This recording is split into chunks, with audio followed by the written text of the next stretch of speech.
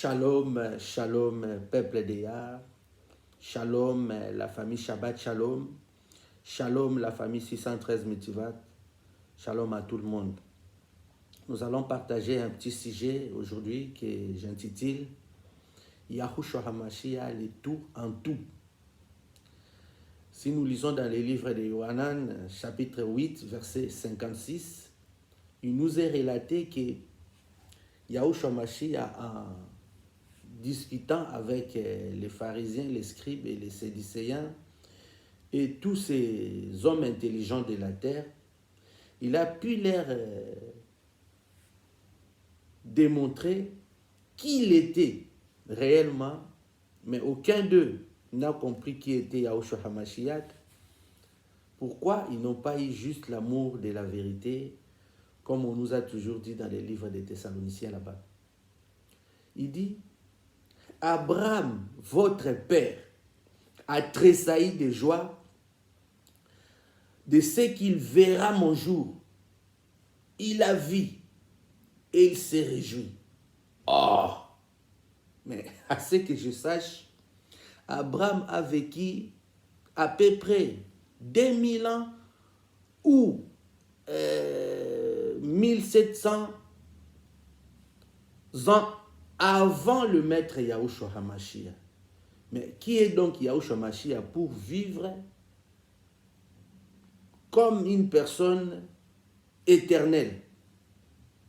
Vous vous rendrez compte que notre père Abraham, à son époque, Moshe n'était même pas là. À son époque, les prophètes Eliaou n'étaient même pas là. La seule personne, d'après l'historique de la Torah, qui peut être proche d'Abraham, ça peut être que Job. Parce que vous devez savoir que l'histoire de Job date vraiment il y a longtemps. Maintenant, Yahushua HaMashiach a dit, avant que Abraham, votre père, fît, j'y étais. C'est une chose un peu inconcevable.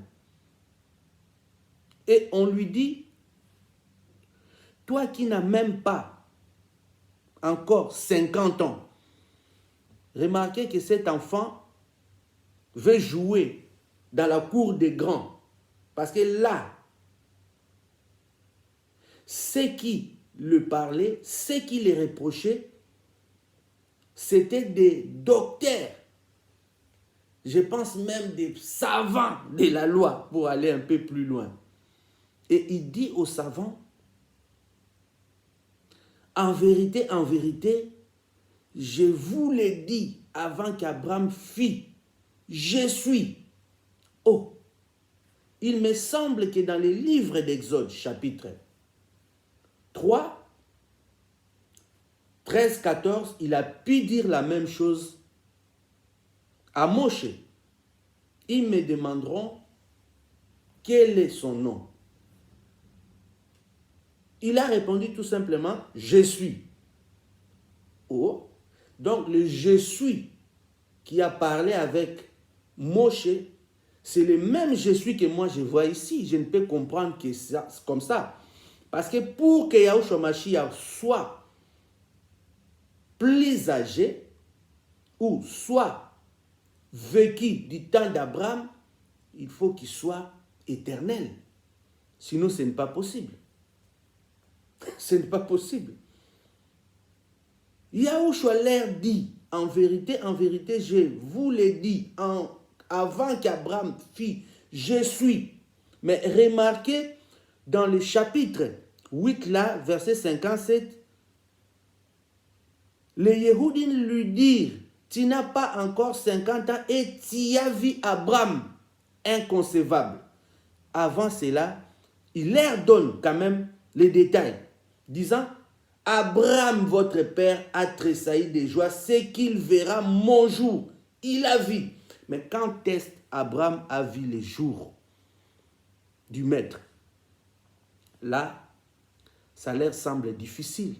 Mais nous, au jour d'aujourd'hui, avec l'ouverture du livre de Daniel, chapitre 12, verset 4, les livres qui étaient scellés, aujourd'hui ouverts, nous pouvons entrer dans ces choses pour en tirer la révélation et comprendre les langages de Yahushua HaMashiach.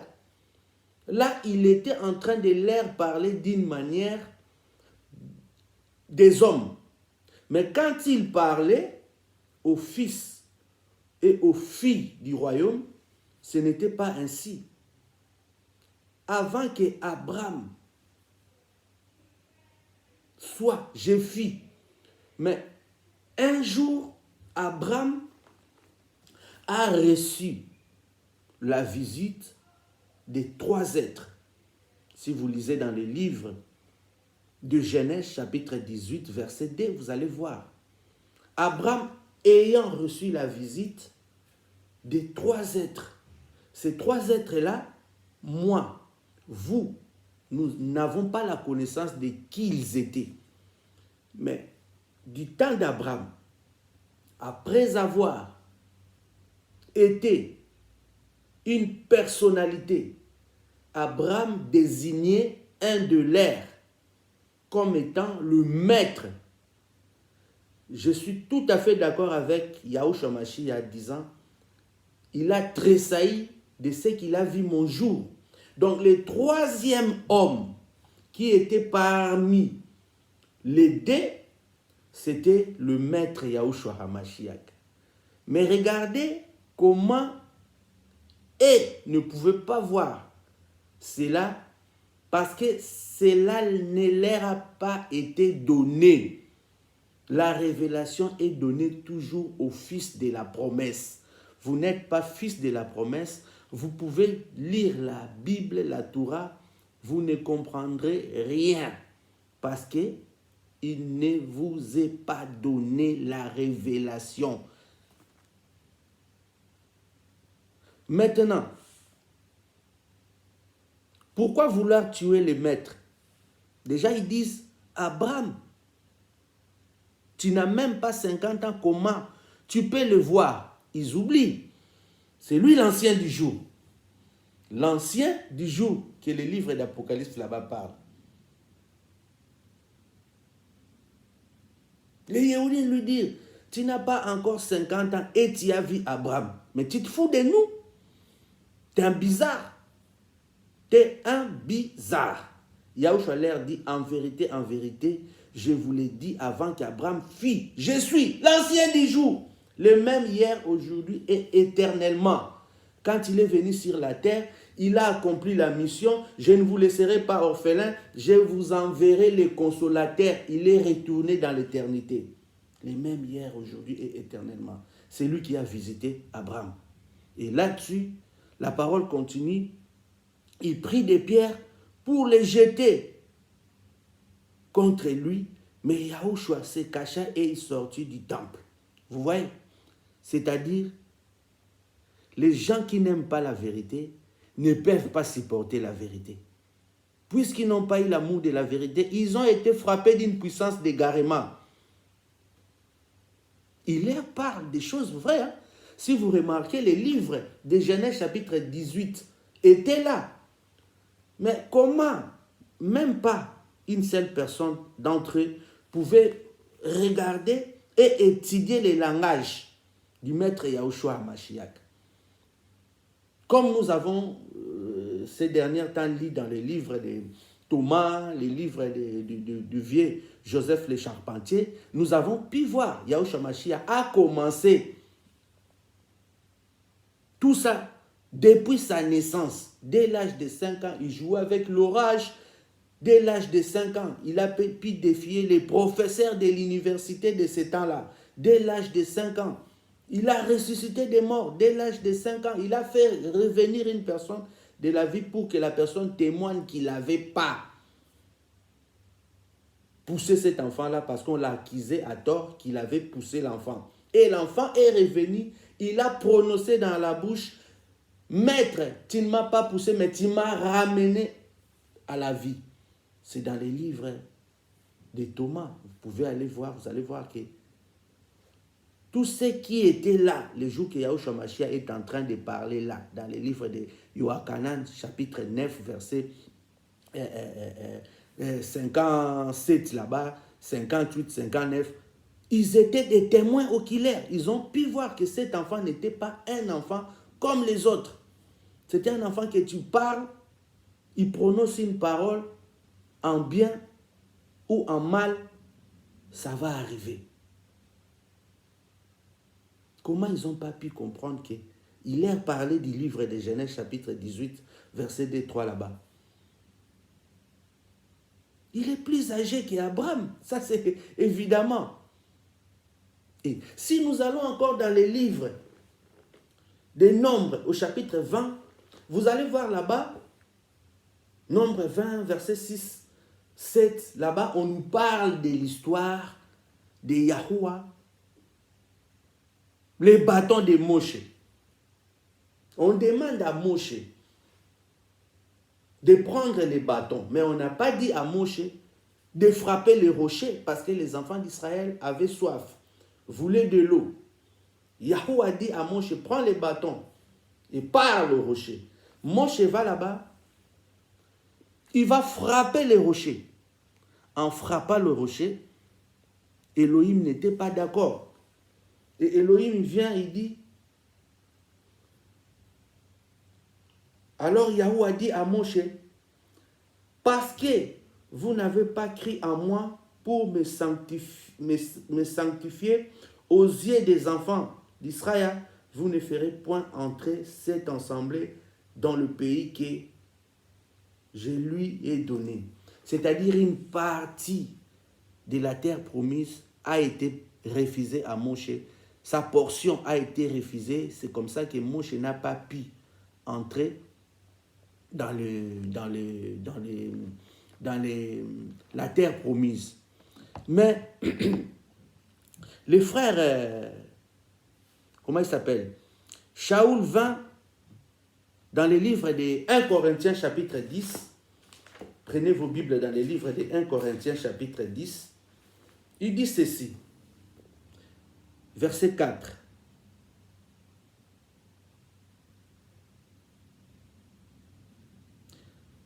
On peut prendre à partir du verset, on commence à partir du verset 1er. Je ne veux pas que vous ignorez que nos pères ont tous été sous la nuée, qu'ils ont tous passé au travers de la mer, qu'ils ont tous été baptisés en Moshe dans la nuée et dans la mer, qu'ils ont tous mangé le même aliment spirituel et qu'ils ont tous bu le même breuvage spirituel, car ils buvaient à un rocher spirituel qui les suivait, et ces rochers étaient Mashiach.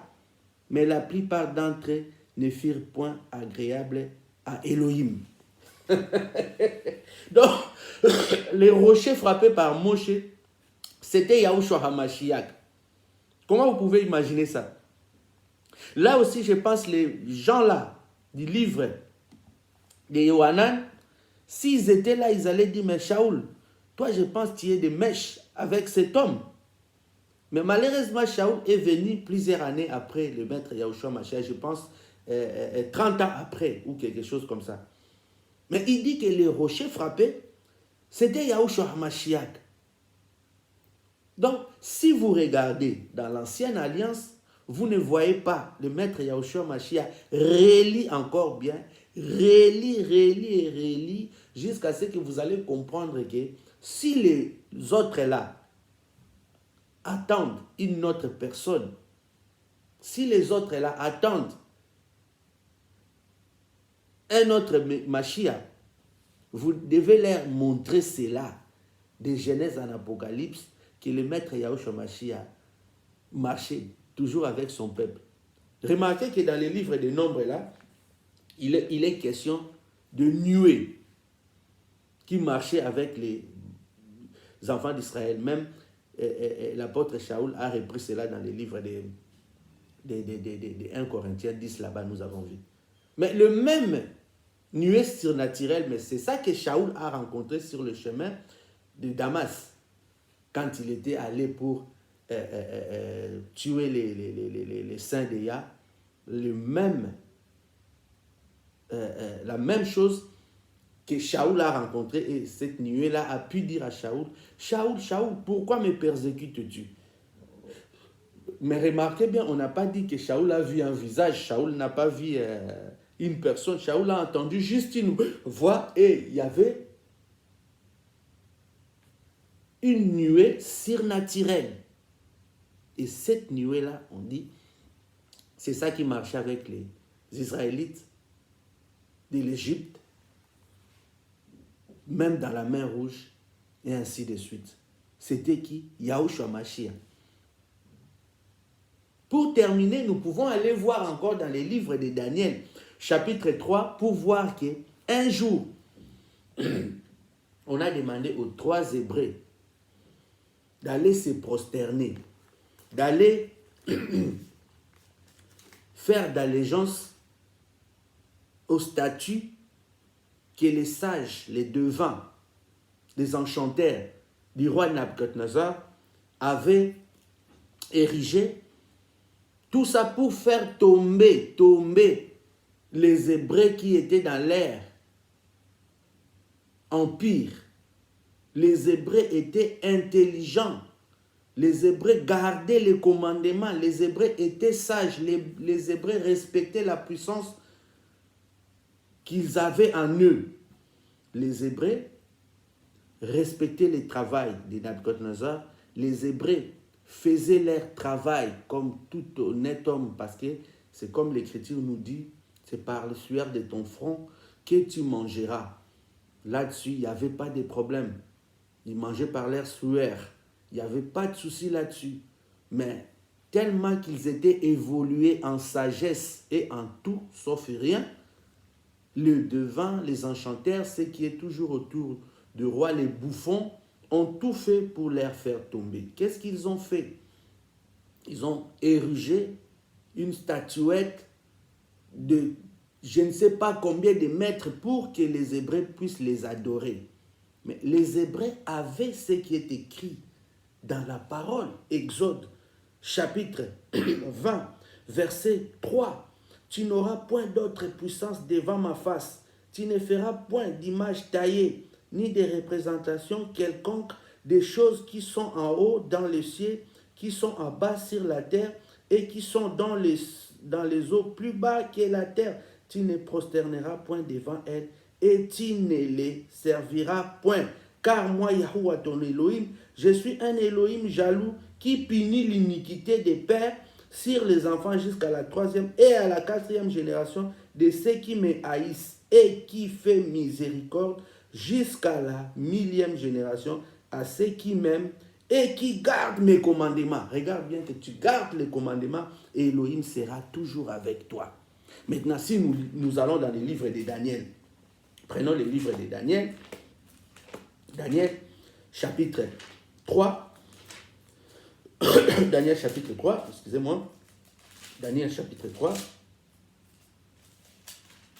Daniel chapitre 3, on prend le livre de Daniel chapitre 3, remarquez ce qui est écrit à partir du verset 15. On nous dit, non, on prend à partir du verset 14. Nebuchadnezzar firent amener devant. Non, on nous dit, le roi Nebuchadnezzar prit la parole et leur dit, est-ce des propos délibérés, Shadrach, Meshach et Abednego, que vous ne servez pas, mes Elohim, que vous ne servez pas, mes statues d'or que j'ai élevées maintenant? Tenez-vous prêts, et au moment où vous entendrez les sons de la trompette, du chalmon, de la guitare, de la sambuc, des psalterions, de la cornemuse et de toutes sortes d'instruments, vous vous prosternerez et vous adorerez le statut que j'ai fait. Si vous ne l'adorez pas, vous serez jeté à l'instant même où vous serez jeté à l'instant même au milieu d'une fournaise ardente, et que l'Élohim qui vous délivrera de ma main, Shadrach, Meshach et Abednego répliquèrent au roi Nabuchodonosor, nous n'avons pas besoin de te répondre là-dessus. Ils savaient en qui ils avaient cru. L'amour d'Élohim consiste à garder ses commandements. Et ces commandements ne sont pas pénibles. 1 Yohanan, chapitre 3, verset 5. Donc, ils n'avaient pas à avoir peur de ce que le roi Nabuchodonosor avait donné comme dû. Parce qu'ils savaient en qui ils avaient cru. Ils savaient en qui ils avaient accepté de donner leur vie. Mais remarquez que le roi a mis la barre très haute, que personne de nos jours peut dire le contraire. Personne de nos jours peut dire le contraire. Donc, je vais chauffer la fournaise ardente et vous jeter là-dessus. Remarquez qui va accepter une telle chose. Mais ils savaient que les livres d'Exode, chapitre 20 là-bas, verset 3, leur avait interdit ces choses-là. Et ils avaient foi en leur puissance. Ils avaient la connaissance de ce qu'Élohim avait déjà fait à Abraham. Parce que vous devez savoir qu'Abraham aussi a été jeté dans la fournaise. Si vous lisez dans les livres de Jachère, les livres des justes. Et on va un peu plus loin. Au verset 24, ils ont été jetés réellement dans la fournaise. Et on nous dit, alors le roi Nabuchodonosor fit effrayer et s'éleva précipitamment, prit la parole et dit à ses conseillers, n'avons-nous pas jeté au milieu du feu 3 hommes liés? Ils répondirent au roi, certainement au roi. Il reprit et dit, eh bien, je vois 4 hommes. Yahushua HaMashiach, le 4e homme. Alléluia. C'est lui qui est allé leur dire que vous êtes les miens, vous m'appartenez. Ils étaient là en train de chanter sûrement des chansons de gloire. Ils étaient là sûrement en train de louer et de chanter. Louez, louez-les, louez-les le matin, louez-les le soir, louez-les à jamais. Alléluia. N'est-ce pas c'est merveilleux? Ils savaient en qui ils ont cru. Aujourd'hui, nous, tu vas quelque part, on te présente les porcs. Ah, il n'y a personne qui me voit. Tu coupes les morceaux, tu manges pour faire plaisir aux gens. Regardez que ces 3 Hébreux, ils étaient prêts à donner leur vie à cause des commandements. À cause des commandements. Nous devons prendre et suivre l'exemple de tout ce que nous voyons dans la parole. Yahushua Mashiach, les 4e hommes, les rochers frappés, les bâtons de Moshe, la nuée surnaturelle, le tout en tout. C'est lui qui était, qui est, et il est toujours avec nous.